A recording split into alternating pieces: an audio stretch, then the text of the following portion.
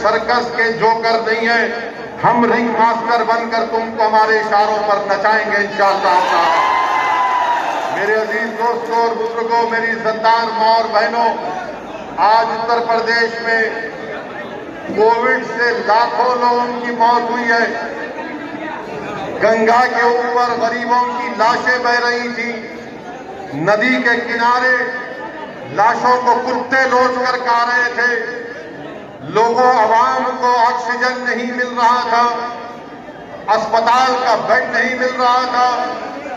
आज जो बेवा हमारी बहनें बेवा हो चुकी हैं, वो बड़ी उम्मीद के साथ ओम प्रकाश राजभर के भारतीय संकल्प उत्तर प्रदेश में योगी और बीजेपी का मुकाबला होगा उन नौजवानों के साथ जिनको 4.5 साल में बेरोजगारी उनका मुकद्दर बनाकर रख दिया।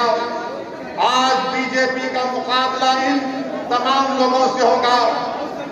योगी का मुकाबला किया जाए। असदुद्दीन ओवैसी एक शख्स का नाम नहीं है। असदुद्दीन ओवैसी की जबान उन बेवाओं के लिए या जो लिया आपने, यही तो मसला है योगी आदित्यनाथ से। 2 वैक्सीन देना है।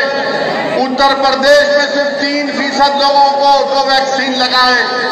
हम योगी आदित्यनाथ से कहना चाह रहे हैं कि पहले वैक्सीन दिलाइए, उत्तर प्रदेश की जनता की जान बचाइए।